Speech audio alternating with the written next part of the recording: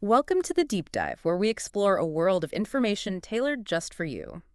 Today, we're taking a really fascinating journey into internal family systems, IFS, and how these ideas shed light on our intimate relationships. Yeah, and our main guide for this is the book You Are the One You've Been Waiting For by Richard C. Schwartz. Who actually developed IFS? Exactly. And it's worth noting, this isn't just some, casual theory. Schwartz has a really solid background.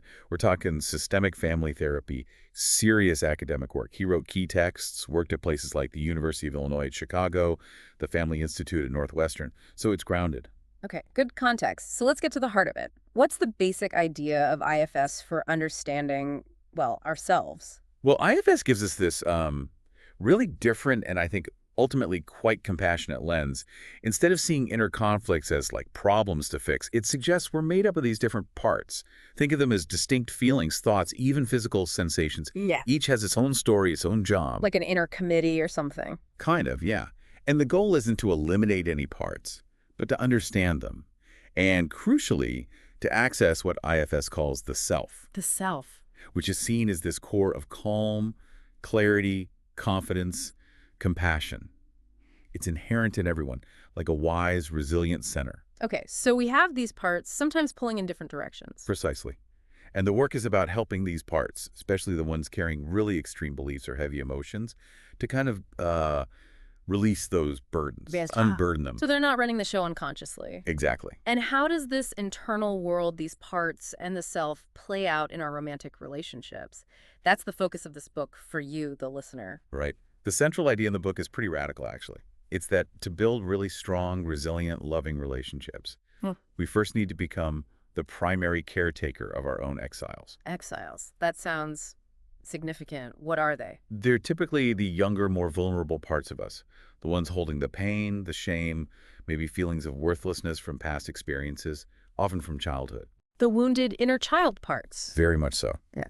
And the book argues that when we take on the main responsibility for tending to these parts within ourselves, well, it frees up our partner. They can then be a supportive secondary caretaker, not the person we expect to heal all our old wounds. Okay, I get that intellectually, but I can imagine someone listening thinking, sounds great, but finding a partner who's also doing this work, good luck. Totally understandable. And Schwartz addresses that head on. He says this whole process starts with an internal U-turn. A U-turn. Yeah, shifting our focus away from trying to analyze or change our partner and turning that attention inward onto our own inner system first. Ah, so it's really an inside job that impacts the outside. Absolutely. And the book points out these three projects people often unconsciously run in relationships driven by their own inner pain or sense of emptiness. Okay, what are they? First, trying to get your partner to basically exile their parts that trigger your insecurities. Like, don't be so outgoing, it makes me jealous. Exactly. Second, trying to exile your own parts that you worry your partner won't like or accept, hiding parts of yourself. That makes sense. And third, kind of exiling the parts of you that feel deeply attached to your partner, maybe out of fear of getting hurt or losing them. Yeah. Pushing connection away. Wow, so these hidden agendas are often driving relationship problems. That's the argument. These projects are often behind those recurring dysfunctional patterns. Okay, let's dig into this idea of multiplicity more. It really bumps up against that common cultural idea that we're supposed to be just one consistent self. Oh, absolutely. That's a huge barrier. The book tackles this myth of the monolithic personality, the one mind idea. We're kind of taught that having conflicting feelings or desires is somehow wrong or unstable. Right. Like, how can I want deep commitment and crave total freedom? It feels confusing. Exactly. But IFS says, hold on, that's normal. It sees our inner world as more like an inner family with lots of different members, different sub-personalities. Remember Walt Whitman. I am large. I contain multitudes. That's the IFS vibe. I like that. Can you give some more everyday examples of these conflicting parts? Sure. Think about in a relationship. Having a part that really values security and predictability, but another part that gets bored easily and wants novelty. Okay. Yeah. Or maybe at work, a part that feels really competent and driven, alongside another part that feels like an imposter, terrified of being found out. So these internal conflicts aren't a sign of being broken, according to IFS. Not at all. They're just part of the human package. And understanding this complexity within ourselves and within our partners is key to navigating relationship challenges. Like the book says, if your partner says something like, I'm not sure I love you anymore, it's incredibly painful, obviously. Yeah. But if you can see it as a part of them speaking, maybe a scared part or an angry part, it feels different than believing it's their entire unchanging truth. It offers some breathing room, doesn't it? Less totalizing. Okay, let's talk more about the specific roles these protectors and exiles. Right. So protectors are basically the parts that step up to manage our lives and protect us from pain or what they perceive as potential pain or risk. They develop strategies to keep us safe. Like that inner critic you mentioned Debbie Ford talking about, the one always putting her down. That's a classic example. A Mhm. protector trying to motivate her or prevent disappointment by keeping her standards impossibly high, maybe. They have good intentions, often, but their methods can be harsh or limiting. And the exiles. The exiles are the flip side. They're the vulnerable, often childlike parts holding the raw emotions from past.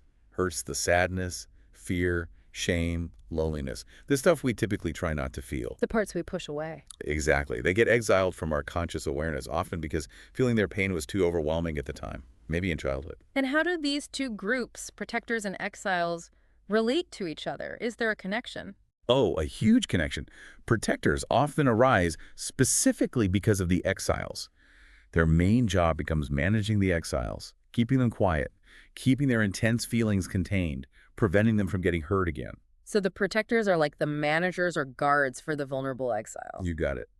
They might use tactics like perfectionism, people-pleasing, anger, shutting down, addictions, anything to control the inner world and keep those exiled feelings locked away. Wow.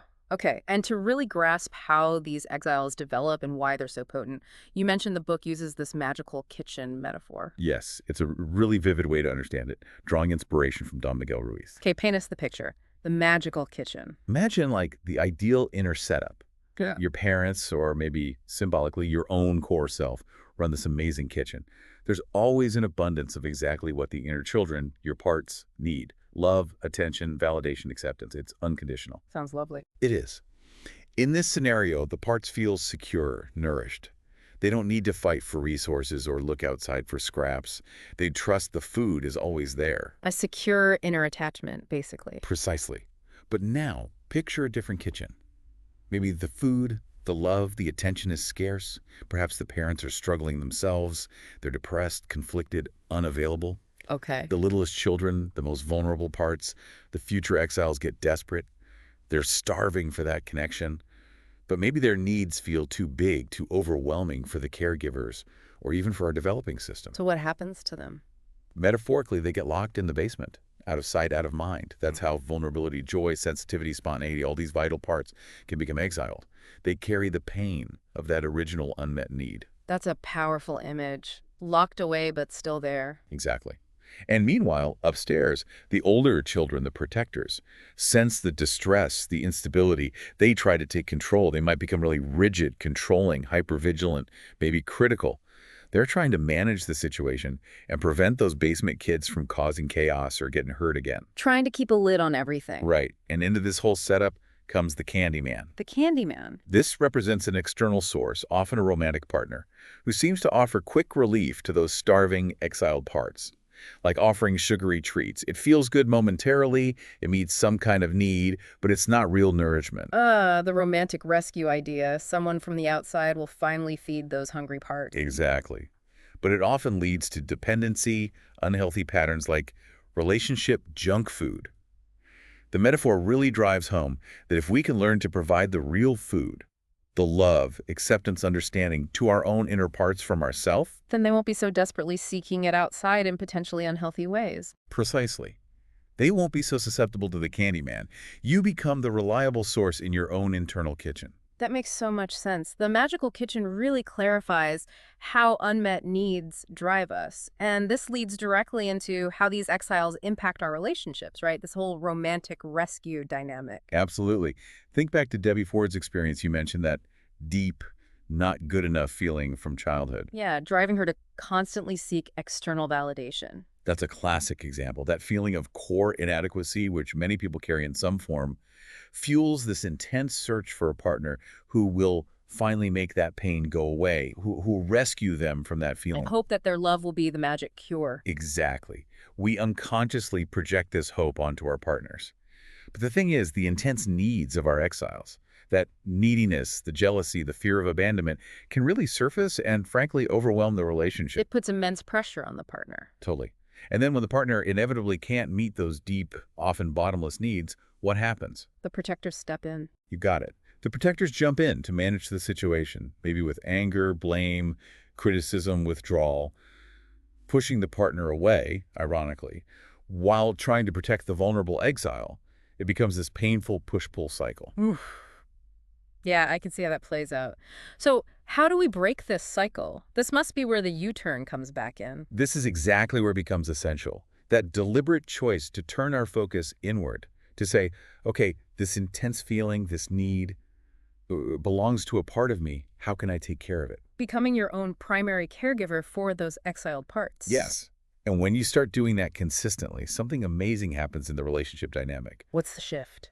Your partner is suddenly off the hook. They're freed from that impossible redeemer role, the pressure to be your everything, to fix your past wounds. That must feel like a huge relief for them. Immense. And it creates space for real intimacy because you are less reactive. You're less driven by the fear lodged in your exiles. So you can handle closeness and distance better without it triggering massive insecurity. Exactly. You have more capacity because yourself is more present, comforting those younger parts. The book mentions Ken and Linda in therapy. Linda upset about Ken's criticism, Ken about her lack of interest in sex. They initially resisted looking inward. It's a hard sell, culturally, this U-turn idea. We're so conditioned to focus on the partner. It really challenges the whole fairy tale narrative, doesn't it? Okay, another crucial distinction the book makes is between speaking for parts versus speaking from parts. Can you unpack that? Yes, this is super practical for communication. Speaking from a part means you're totally blended with it. Its feelings, its perspective are your reality in that moment. You're reacting directly from it. Like Michael yelling, "I hate when you interrupt me." Perfect example. That's his angry protector part speaking through him. He is the anger in that moment. Okay, so what's speaking for a part? Speaking for a part means you have some self-awareness online. You can acknowledge, okay, a part of me is feeling really angry right now, without letting that anger completely hijack you. You can observe it and talk about it. So Michael could learn to say something like, Wow, when you jumped in just then, a part of me that often feels unheard got really activated, really angry. See the difference? huge difference. It's descriptive, not accusatory. It owns the feeling without making it the other person's fault entirely. Exactly. It invites curiosity, not defensiveness. You're sharing your inner experience from a place of self, creating space for understanding. That feels like a game changer for difficult conversations. And this skill seems especially vital when dealing with what the book calls attachment re-injury. Oh, absolutely critical. Because those past hurts, rejection, abandonment, shaming, leave deep wounds. Those are our exiles. Right. And often, something our partner does or says, even totally unintentionally, can poke right at one of those old wounds. It reactivates the original pain. Like Tom's reaction to Judy's business trip. Exactly. His dad had died. He was feeling vulnerable. Her leaving, even though perfectly reasonable, tapped into old exiled feelings of being unlovable or abandoned. The current event wasn't the primary driver of his intense reaction. It was the echo of the past pain. And his protector lashed out in anger to defend against that reactivated pain. Precisely. So the reaction seems way out of proportion to the actual situation because it's fueled by this historical exiled pain. And this is how couples get stuck in those awful cycles, right? Hurt, defense, blame, escalate. Absolutely. The book points out two common, unhelpful ways people deal with these re-injuries. Either they lock the issue away, pretend it didn't happen, which just lets it fester, or they bring it up constantly, but without understanding the underlying re-injury, so it just becomes repetitive blaming and re-traumatizing. No real healing happens. Neither sounds good. No. Understanding that an attachment re-injury is likely at play is the first step toward actually resolving the conflict instead of just replaying it. Which leads nicely into this idea of triggers as trailheads. I really like that framing. Isn't it great? It reframes the whole experience of getting triggered in a relationship. Instead of, oh no, my partner upset me again, it's more like, okay, interesting, that really hit a nerve. What part of me just got activated? What older wound might this be touching? So the trigger isn't the problem, it's like a signpost. Exactly, a trailhead leading you back to an exile that needs your attention. It's an invitation to explore your own inner territory. So you follow the feeling inward. Ask where it comes from, what it reminds you of. Yes. Where does this part feel stuck in the past? What was the original hurt? By bringing your compassionate self to that part, healing can happen. And in this light, your partner, the one who inadvertently triggered you. Becomes the valuable tormentor. Haha, yes. It's provocative, Hmm. but it highlights how our partners, just by being themselves, can unintentionally surface the very parts of us that most need healing. They provide the opportunity, the trailhead, for our own growth. It turns relationship difficulties into opportunities for profound self-discovery. That's a powerful reframe. Okay, let's talk about the ultimate goal here, what the book calls courageous love. How is that different? Courageous love is really about having enough self-energy, enough inner security that you can genuinely accept and even encourage all parts of your partner, their strengths, their vulnerabilities, their ambitions, their fears, without feeling personally threatened by them. So you're not needing them to be a certain way for you to feel okay. Exactly. It's supporting their authentic self, their growth, even if that growth sometimes means they need space or things change. It's rooted in trust and respect, not fear or control. And this is the opposite of relationships driven by that abandonment anxiety we Yeah. talked about. Those relationships often involve trying to suppress or exile parts of the partner that trigger the anxiety. In contrast, courageous love fosters mutual exploration and healing. The commitment isn't just to stay together, but to support each other's journey toward wholeness. It's about fostering that deep self-to-self connection. And the book suggests that when you have that kind of self-to-self connection, where all your parts feel welcome. Hmm. The desire to leave diminishes dramatically.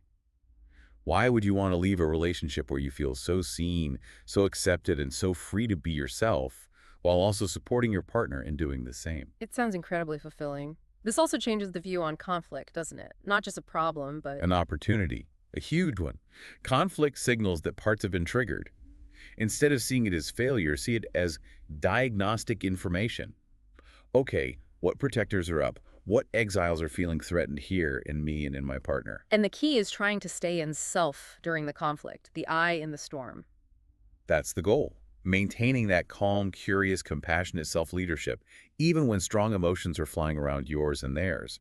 It's not about not feeling anger or hurt, but about holding those feelings from a place of self. And even if you're expressing anger, if it comes from self, the underlying love can still be felt. That's the idea. It's a different quality than anger coming straight from a reactive protector part. Okay, so intimacy in this model goes way beyond just romance or lack of conflict.